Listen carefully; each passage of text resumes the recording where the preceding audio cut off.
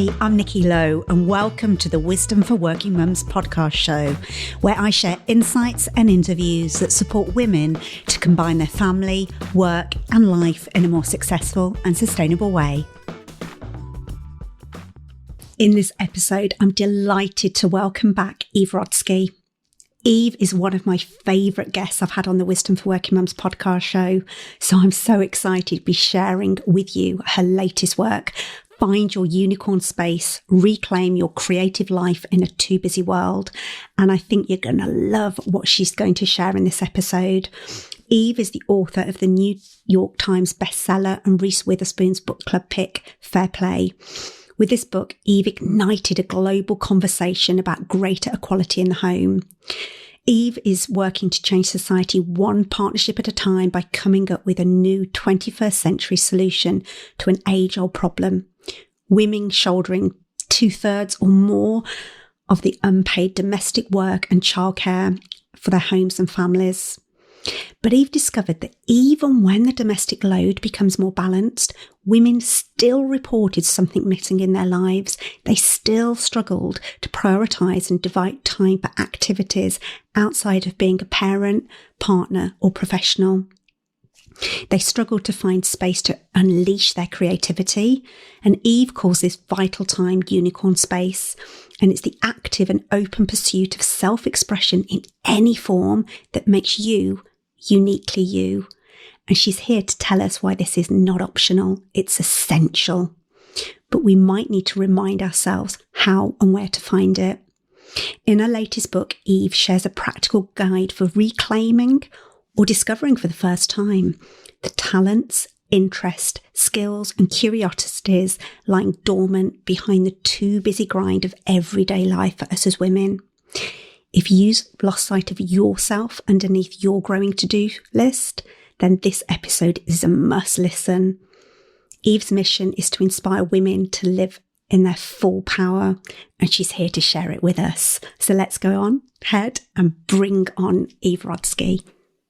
So welcome, Eve. It's so incredible to have you back on the Wisdom for Working Mums podcast show. Thanks, Nikki, for having me. It's great to be back.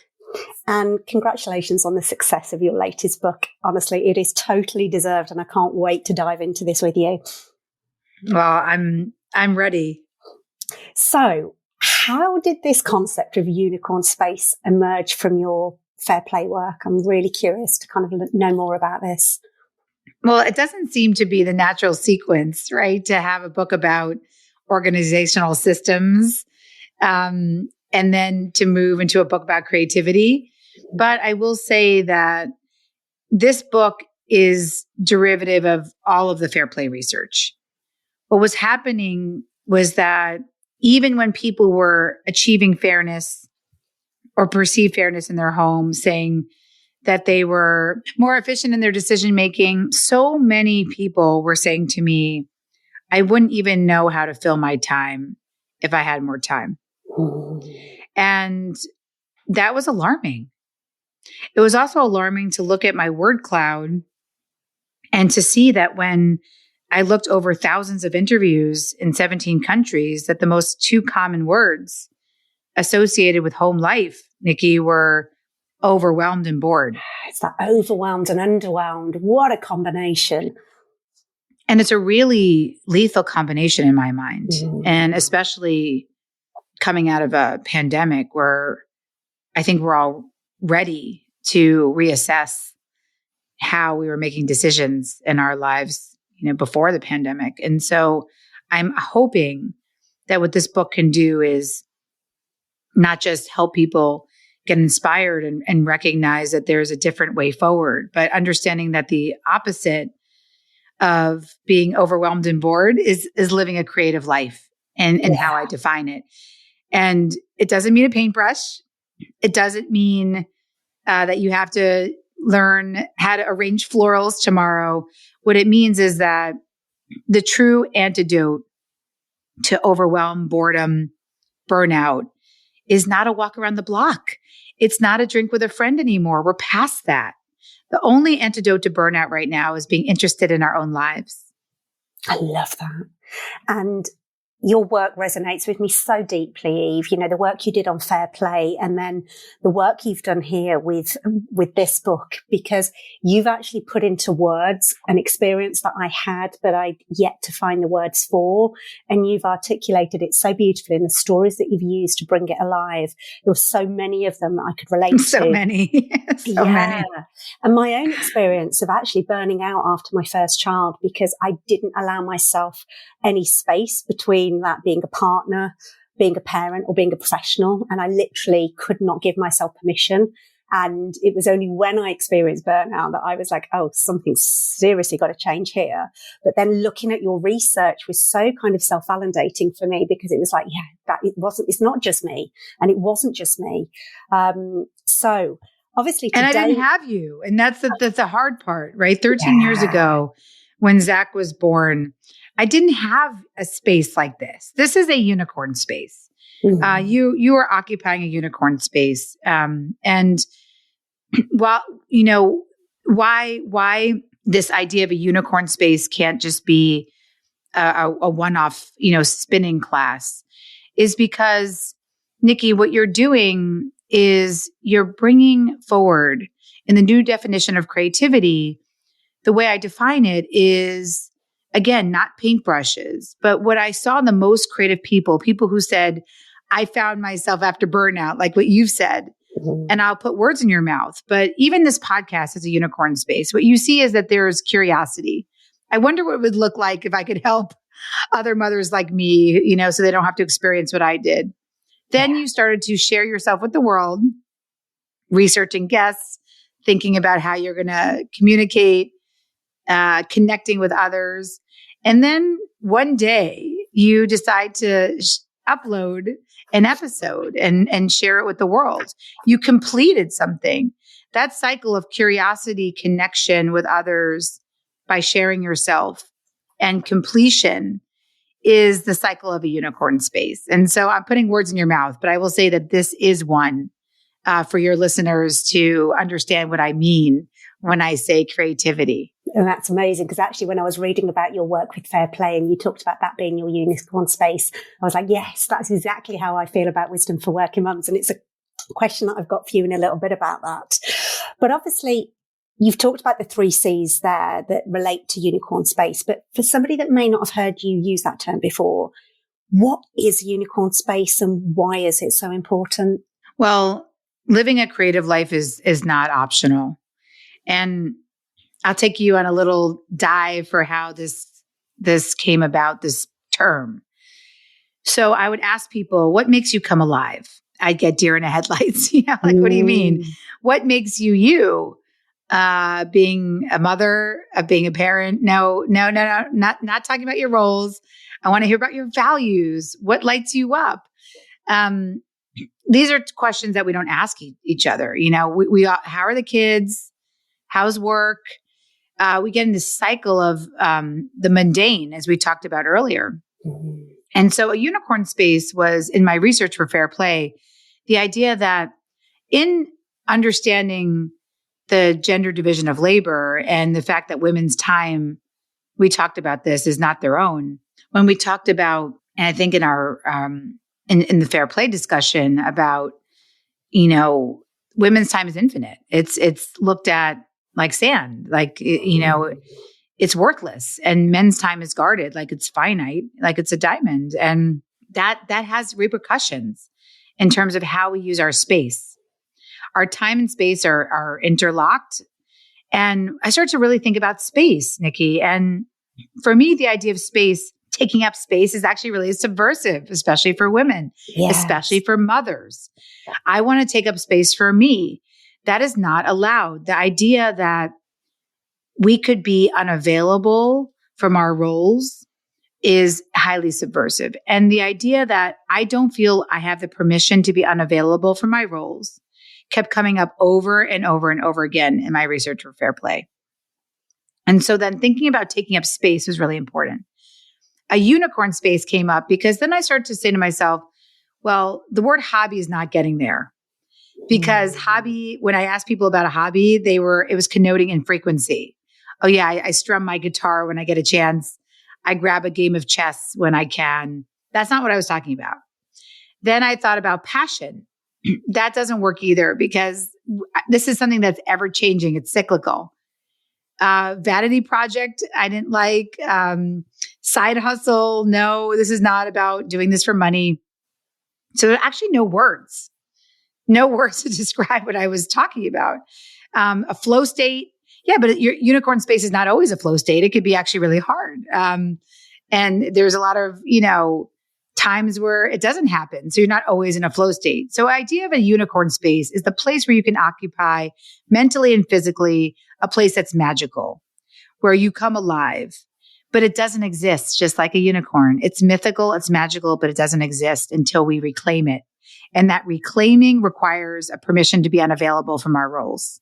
I love that. And you talk about it either, we might need to discover or rediscover it. The chances are we once knew it, but as we've kind of gone through these roles in life, we've lost touch with it. And I could hear that time and time again in the interviews and the book.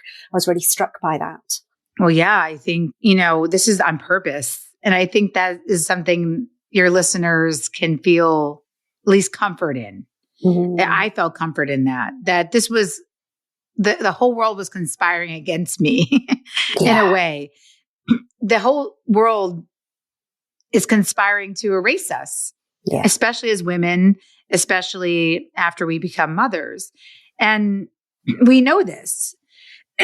Sorry. We know this. We say things to mothers about their time, like breastfeeding is free, when it's really 1,800 hours a year.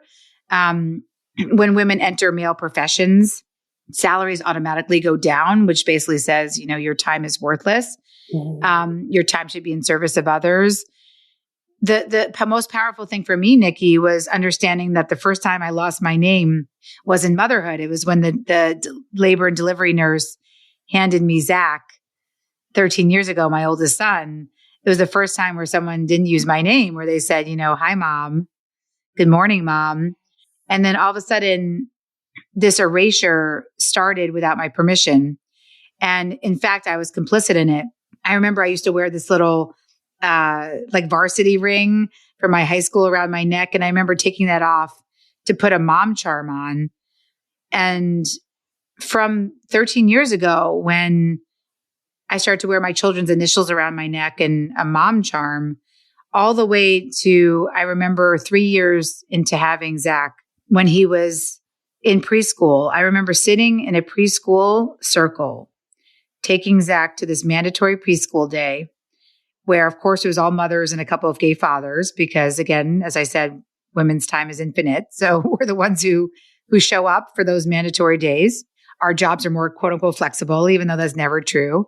Or we're there because our partners make more money than us, which is, as you've heard me say before, a terrible way to look at our time. We just get 24 hours in a day and we deserve time choice over how we use our time. But I didn't know that back then. Yeah. So I was sitting there. I didn't even think to ask Seth to sit in that circle. So I'm sitting in this circle and the preschool teacher says, look around. And I'm wearing my mom charm. And the preschool teacher says, look around. You're going to be with these people for 10 years. And we're looking at the other mothers and the fathers. And we're sort of awkwardly smiling. And she says, you're going to know these people better than anybody else that you've ever known. They're going to be with you through hard times. They're going to support you. And I remember looking at them and then looking down at the name tag I was wearing that day that said Zachary's mom. And I'm thinking to myself, these are the people that are going to know me better than anybody else that's ever known me. They don't even know my fucking name. And so I think once I understood that this was a deliberate erasure of my name, metaphorically and literally, then I understood that this is bigger, Nikki, than a walk around the block, as we said, or a drink with a friend. This is an act of attention. It's a weapon in a good way, an armor. Unicorn space becomes an armor to bring yourself back to life. Absolutely love that, Eve. And there was actually a quote in your book that when I read it, tears just welled up in my eyes. And I may not capture it right, so please correct me if I haven't captured it right. But the essence of it was that we've been complicit in our own oppression. Yeah, we've been complicit in our own oppression when we put ourselves last. And it is hard to hear that because, again, I had so many women say to me, Eve, wait a second. Availability is my identity. I actually don't know who I would be if I wasn't available. My phone is on all the time. I'm willing to be interrupted every 3 minutes and 42 seconds. That was a statistic in the pandemic of people being interrupted.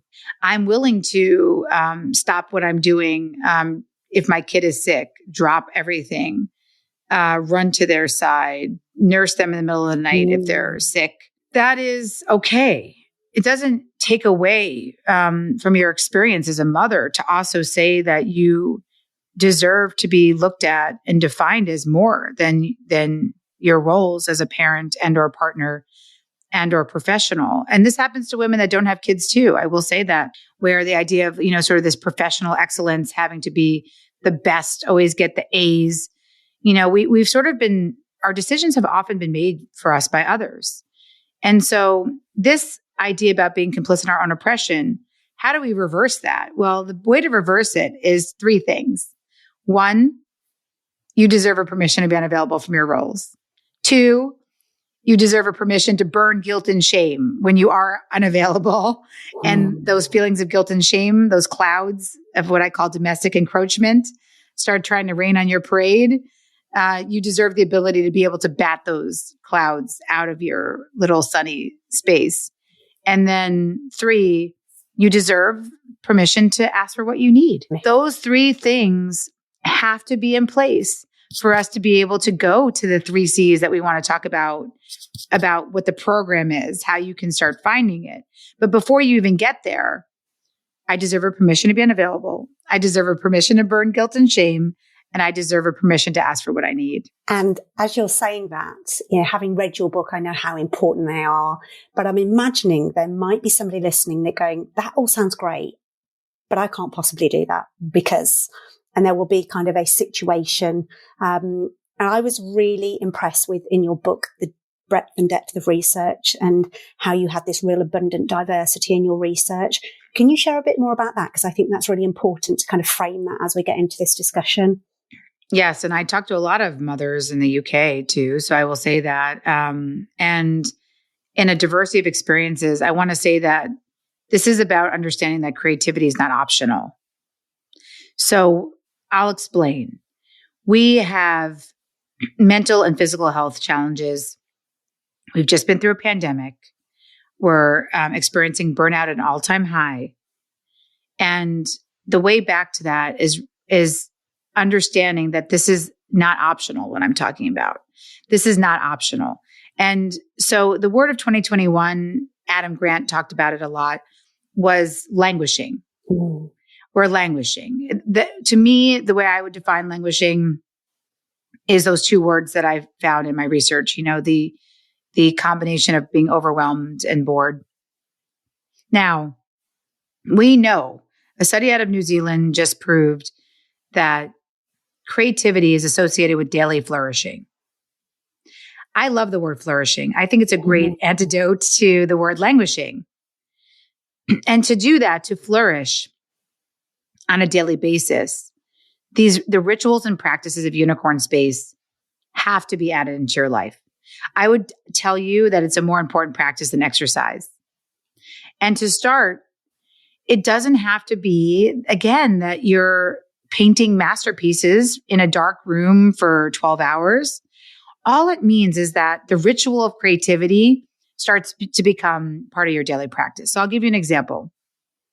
There's a nurse out of Texas who said that she was so burnt out from the fluorescent lights, these 12-hour shifts, Nikki, sitting with her team in the fluorescent lights of the hospital, in the industrial stainless steel, pristine cleanliness. The opposite of that to her was nature. And so what she started to do was say, I'm going to use my phone. I'm going to use my phone and figure out how to use photography as a skill to commune with nature. And so all she started to do, she loves birds, was, can I find a bird in the morning on my way to work? If she couldn't find a bird, she took a picture of a leaf or a floral. She took one on her way to work, at lunch, and on her way home. then her photography started to get really good. So she started to post it on a private Instagram for her team. But then that curiosity, I wonder what it would look like to have the opposite of the industrial, to commune with nature and to have these pictures in a folder on her phone. When she connected that second scene and shared it with her team, other people on her team wanted to do that as well. So then they became this community of nature where people would come in and say, well, what did you take today? What picture did you take today? And it became a much easier way to connect with her team than just saying, how was your night? How was your day? You know, what are you having for lunch? It was, show me your pictures. One person on the team didn't like taking pictures, but they really liked this idea. So they started to pick a flower on the way to work and figure out how to press it in a resin. Went to a craft store to figure out how to preserve dried flowers, just Googling how to preserve dried flowers. And so this little community of nature sprung up from just this one woman's choice to take a picture on her way to work. It can be that integrated into your daily life. It doesn't have to be something that you have to eat, pray, love it, and leave your entire life to go find. I love that, because you really make that point about, this is vital regardless of your privilege, regardless of your circumstances, and that you actually, you fully acknowledge the spectrum of realities, particularly caused by the pandemic, but that actually this is the way through that. Well, this is the interesting thing. I love the quote by Mark Bermuthi Joseph. He talks about, he's a spoken word artist, and he says, look, in a capitalist society, the capital that we always talk about is green. It's or not green in America, but it's dollars and it's pounds, right? We're talking about money, currency. But when you look at creativity as a currency, creative capital is a different type of capital. Often communities that don't have privilege have already known that there's other types of capital, and that creativity and creative capital are important types of capital. What actually happens to my research, the people who identified in the 9.9%, the upper echelons of socioeconomic status, was I was finding a very interesting correlation in that population was having the hardest time identifying a unicorn space. Again, it's not peer reviewed, my data, but we did look at it over a big spectrum. And we saw that people who were in the 9.9% said no to this idea of creativity. What I think is happening is as we climb a quote unquote social ladder, instead of saying, I'm going to commit to roller skating every single day, what I think happens is we say, I want to commit to getting that bigger house. I want to commit to sending my kids to private school, or you call it public school. I want to commit to having the extra kid because everybody in my neighborhood is now having 3 kids, right? So I don't think we're always connected to our deeply held values when we make our decisions. I think in our society, a lot of extrinsic factors, including our society, what we see on social media, societal pressures are making our decisions for us. Completely get that. And I love the fact that you use the analogy of unicorn space being like an umbrella, and you kind of weave in this analogy throughout the book. Would you mind just sharing what you mean by that? Thank you for asking that. And that shows you really read it. So thank you. But so many times I come into interviews and I'm like, oh, no one's read the book. So I really appreciate you, Nikki, because you're always such a thorough questioner, interviewer. And the idea of an umbrella is actually really important. It's a very important distinction because I do think that if you look on the shelves, you'll find hundreds, if not thousands, of how to be happy books. And as one woman said to me, she said, Eve, and she was saying this with some shame, I think I've gratitude journaled myself to death, right? And so I sort of laughed and said, that's not a bad practice, right? Gratitude is very important. But there are limits to these choosing to be happy ideas because it centers happiness, Nikki. And so I wanted to decenter happiness. It was very important to me. Happiness for happiness sakes. Sorry, I'll say that again. Happiness for happiness happiness for happiness' sake can make you more sad. Even the happiness experts, the positive psychologists will tell you, if you focus on being happy, it could make you more sad. So what do you do instead? Well, I decided I wanted to look for a better definition of mental health than just how to be happy.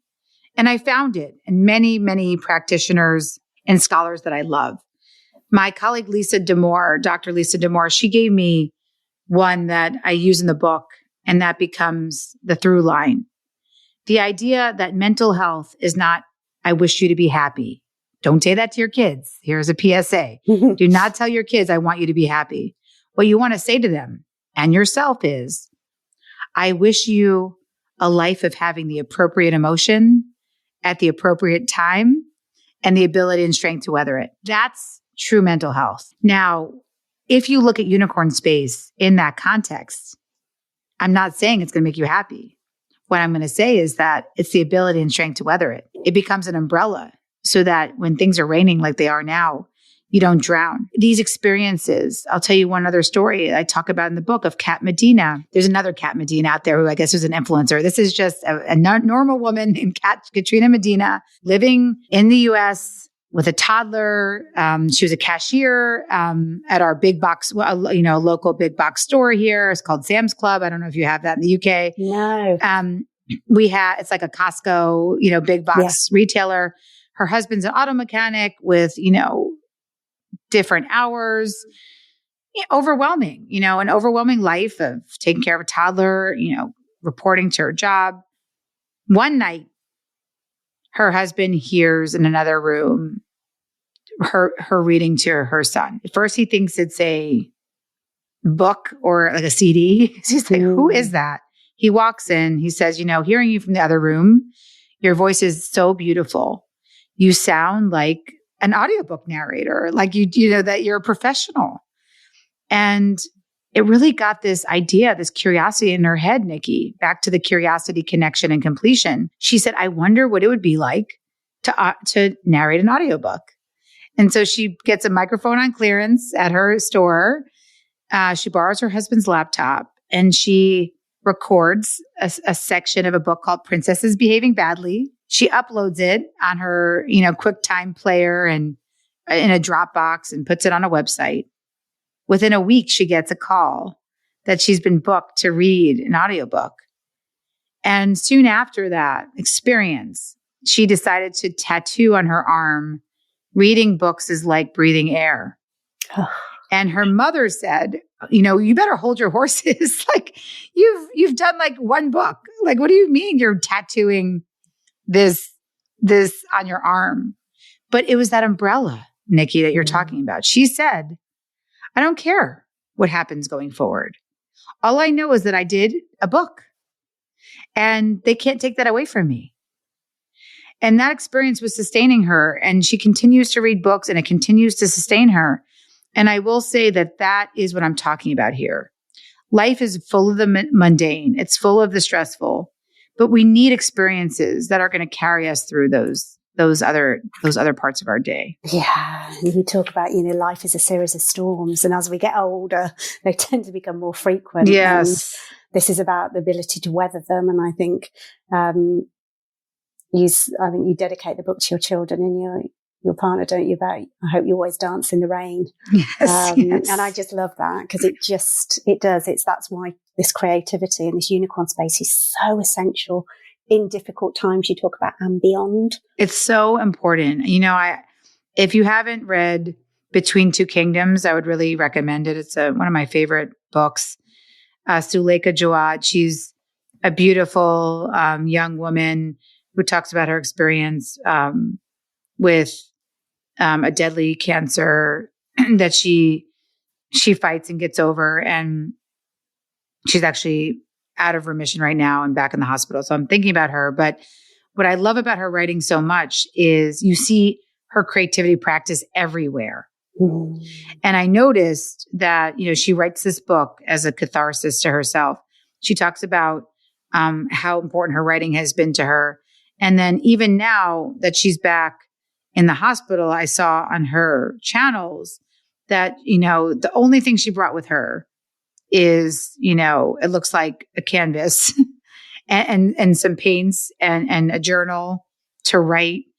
When things get hard, we don't just go back to the basics of just food, shelter, like what happened in the pandemic.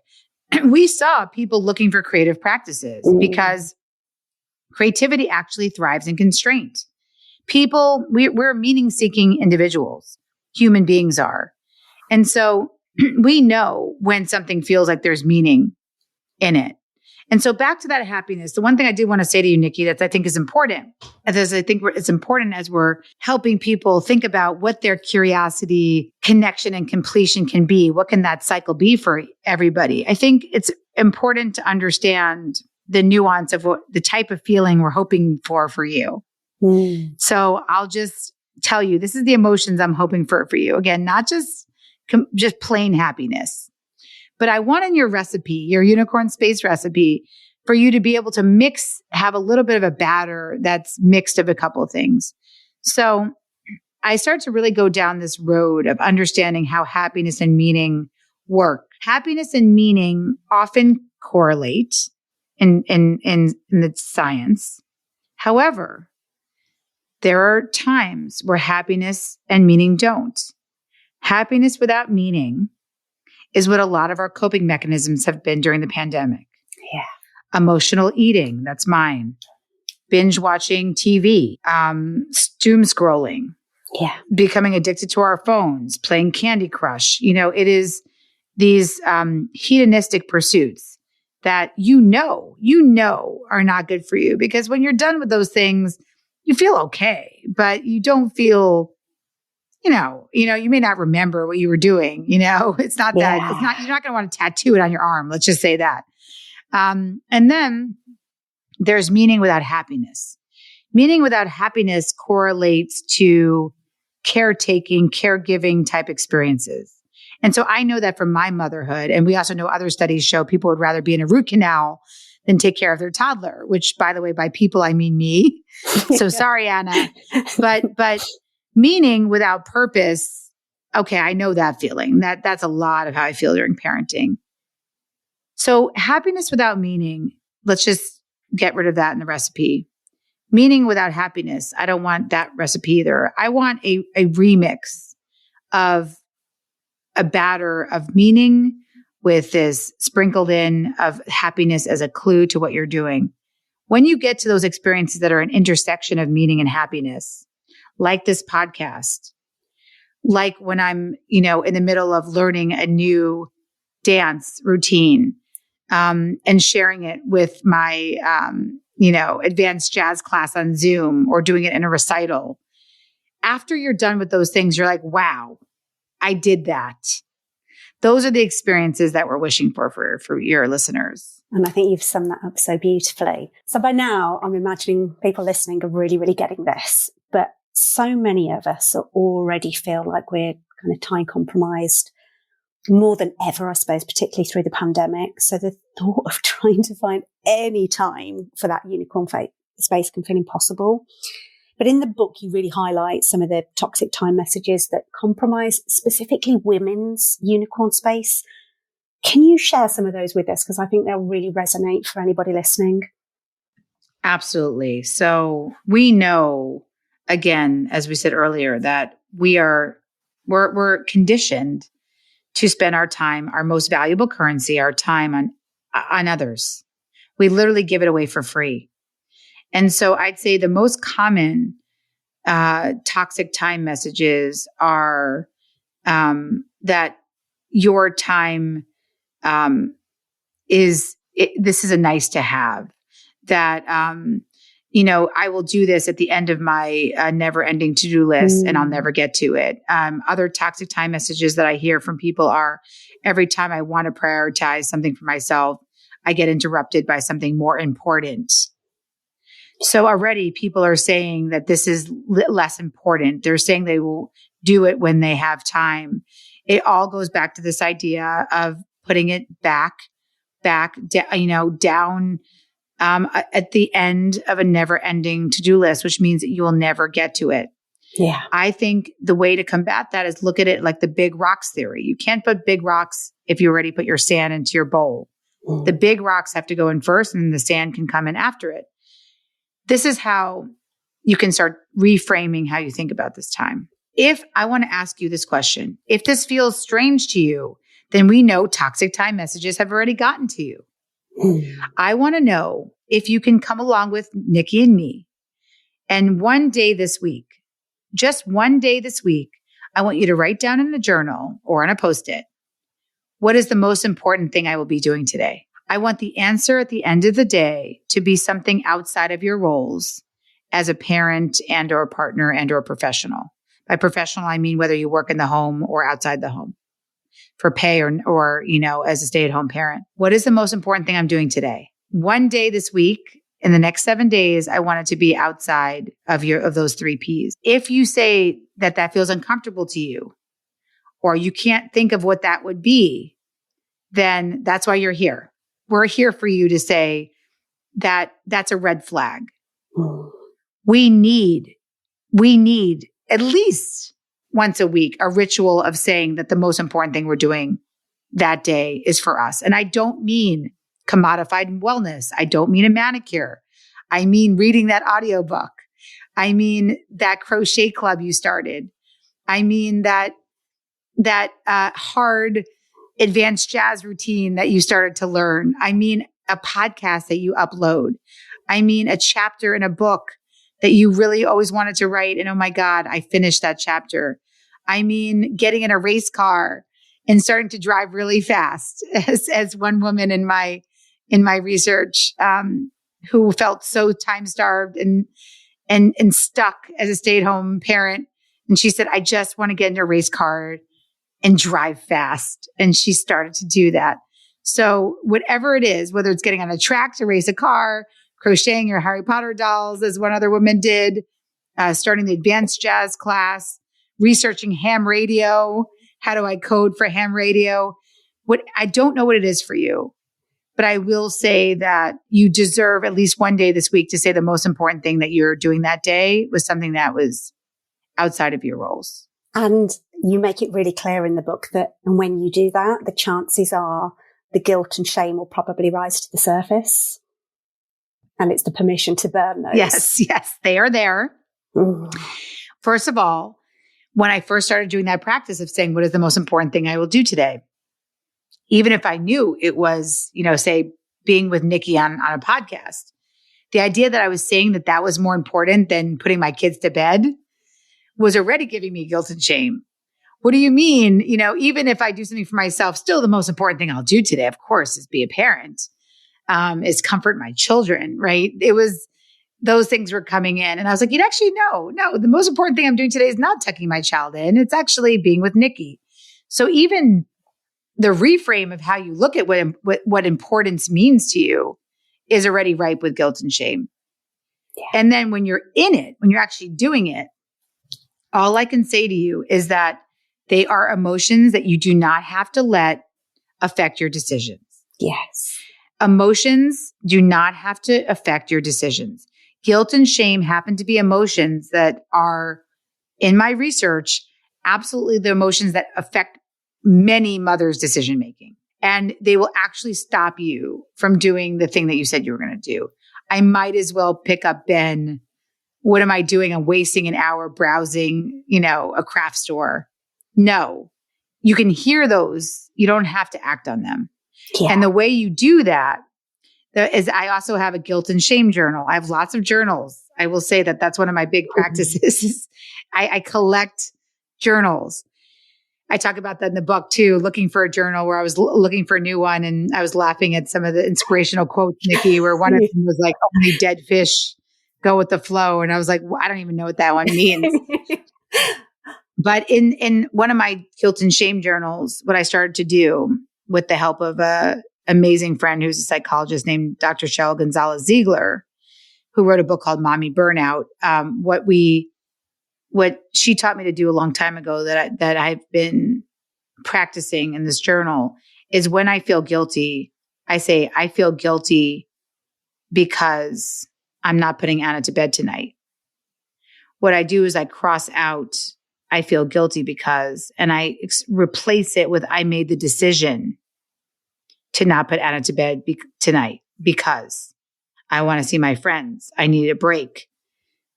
I deserve not to have to put my children to bed every 365 days a year, whatever it is. Yeah. When you go back in that journal, what you're going to see, if you have it over time, like I have, I can look back 5 years ago, Nikki, and say, I felt guilty because I was going to grab coffee with Rebecca. Like, what am I talking about?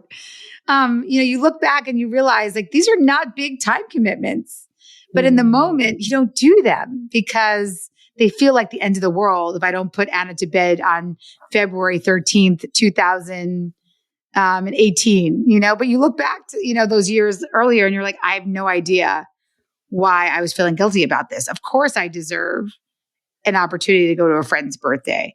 So you can start practicing by looking at the past and saying, wow, if I felt that way then and I realize how ridiculous it is, then I shouldn't feel that way now. And that's how it's really helped me. It's really helped me. I don't feel those same emotions the same way I used to. And you bring some brilliant stories into it. There was the salon story, the Davos story when you were doing it. And one of the things that struck me was I trained in systemic coaching. And one of the teachings of that is you have to tolerate guilt for growth.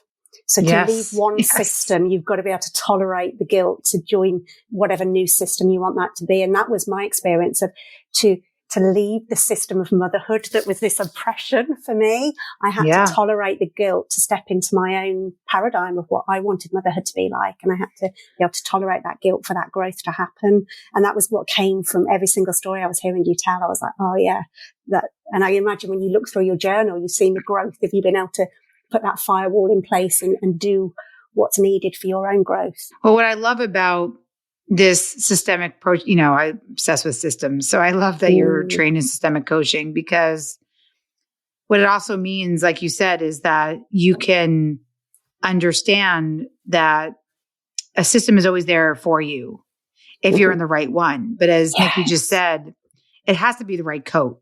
If I hand you an old fur coat, from your great grandparent that doesn't fit, that smells like damp fur, you don't even believe in wearing fur because you think it's unethical and you're thrown into this coat and you say you have to wear it forever, right? And you feel uncomfortable and you're sweating in the coat.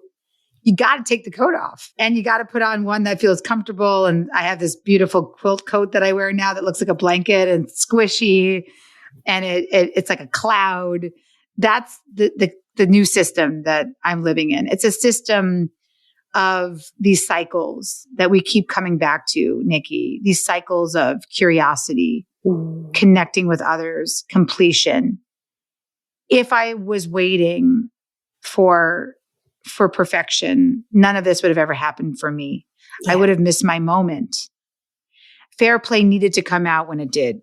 The resonance of having it come out before the pandemic so that I could talk about it during the pandemic and have had almost 10 years of research under my belt was really, really important. But if I'd waited for that book to be perfect, then I would still be editing it these years later. So this is important. Completion is not perfection. Yes. If you want to start a podcast, uploading the episode and sharing it with your mother is a completion. It does not have to live on off of podcasts and be produced fancily. A completion can be, as I talk about Pie Lady Books, a woman who had celiac. She just started to be curious about flours, mixing flours together that weren't gluten flour. She started to share her pies with her local community, other people who had celiac, so that they could have delicious pies that tasted just as good as people who could eat gluten could eat. Then she decided to enter her pie into a pie baking competition. And then I talk about how cool that was. But the point is her completion at first was just sharing the pie that she made that she knew was delicious with a neighbor. And so I just want us to all, remember that as bad as guilt and shame are, the desire to be perfect and excellent can be just as bad. Yes. And so that's why we get lost in a system of motherhood where we don't even know our curiosities anymore. That's the erasure. Yeah. But ironically, sometimes it's the completion, Nikki, that's really triggering for people because they say to me, yeah, I know what my curiosity is. I can connect with others around it, but I'm not excellent anymore. I used to be excellent. I don't have time to be excellent. And so why would I share crap poems or a shitty short story or a pie that's I know is not good. And it's just, it breaks my heart that people think that they have to be perfect before they feel like their unicorn space is complete enough to share. Oh, I think that's so important. And I know many of my listeners are, overachievers, and that perfectionism is something that drives that overachievement. And so they tend to overfunction and can only do it if they do it really, really well, or it's not worth doing at all. So I think that's such an important point.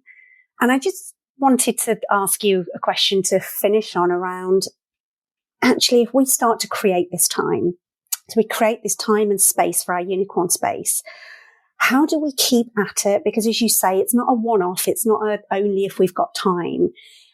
What can we do you talk about in the book with this ruthless intentionality? What might be some of the things that people need to hear around how they can create that space so that they can actually create and protect it? Well, I really, really like this idea of having a specific time each week, right? So I talk about in the book how Seth and I, ironically, in a book about creativity, I don't think any other creativity book would have 2 chapters on communication, but I felt like, a big hurdle was asking for what we need. So I had to write 2 chapters on communication. And those are some of my most important, I think, my favorite chapters, because the idea of asking for what you need on a ritualistic basis becomes a lot easier because then you don't have to ask anymore. It's that systematizing that Nikki and I are talking about here. Sunday mornings are mom's time, right? 10 to 1. That's my time. I'm available to you after 1 for whatever, activities you want to do. 10 to 1 every Sunday is my time. Having protected time that you can build in every single week, even if the time has to change, but it becomes a lot easier because when you ask for it in advance and you say, hey, instead of living a life that's overwhelmed and boring, which it seems like we're sort of doing, like, how about we all sit down as a family and talk about how we all get what we need to come alive? Yes. And that value proposition allows people around you to get on board, right? So Seth's time, he's taking Saturday afternoons. Go for it, Seth. Have the best time. We'll see you, at dinner time. And then Sunday mornings are mine. And I like Sundays because I like having the sort of the hard day with the kids that's very kid intensive and know that the next day is for me. Seth likes Saturdays, but I would never have I don't think I would like Saturdays because I'd be the whole slog of Sunday is still waiting for me. So Sundays for me have always been a day that has been a unicorn space day for me. And I love that because you talk about pre-negotiating and this permission to use your voice. And I remember last time we spoke for the previous podcast, Ruth Bader Ginsburg had just passed away. And I remember saying to you, I think you're going to be remembered in a similar way to her in terms of empowering women to use their voice. Because what you do in both of your books, you talk about actually if speaking to your spouse isn't a tool in your toolbox, it needs to be. And you give us tools to empower us to have that healthy dialogue. And it's just something that I just don't think is spoken about enough. Oh my God. Well, I feel the same way about you. I will say that, if you're afraid to get started, find a Nikki, find a spiritual friend. We don't know each other than these conversations, but I feel close to you. I feel like there are communities out there now that did not exist 13 years ago when I started to become erased. You don't have to be erased. Let's start a movement. Go find your own initial. Go put it back on your neck. There's a lot of costume jewelry places that have initials. Put it back on your neck. I started to do that. And just remember that we are here for you. These are communities where you can find a spiritual friend, as we talk about. The data around accountability partners You're 65% more likely if you have an accountability partner. If you have a success partner, someone who's doing with you, it shoots up to 95% more likely to do something. So if you feel like you're afraid to get started or that Sunday morning feels daunting, hey, Bianca, you're going to come with me. We're going to forage. We're going to go forage. We're going to take a hike and we're going to forage for wildflowers. Like that's what we're doing. Just pick something. It doesn't have to be your ultimate passion. It just has to be a unicorn space where after you do it, you say, wow, I did that. It felt good. My leisure time felt nutritious. Those are the experiences we're wishing for you. I love that message, Eve. So how can people find out more about you and your work? I'm sure they'll know you already, but if you can just point us in the right directions so they can find more information, that would be great. Absolutely. So if you go to fairplaylife.com, we actually have a newsletter. And what's exciting about that is we're trying to get data on our new game because no Fair Play book comes out without a game. So we have a creativity, a get inspired game, and we'd love for you to download it. Tell us how you're using it. Because we would love your data as we prototype this new Get Inspired game. It's called the Creativity Remix game. So I'd say Fair Play Life is where all of our resources live, communication resources, the CPE checklist to get unpaid labor off your plate. So that's the best place. And of course, Fair Play Life has an Instagram. You can meet us there. Eve Rodsky, my personal Instagram, is a more angry version of myself, but it's there too.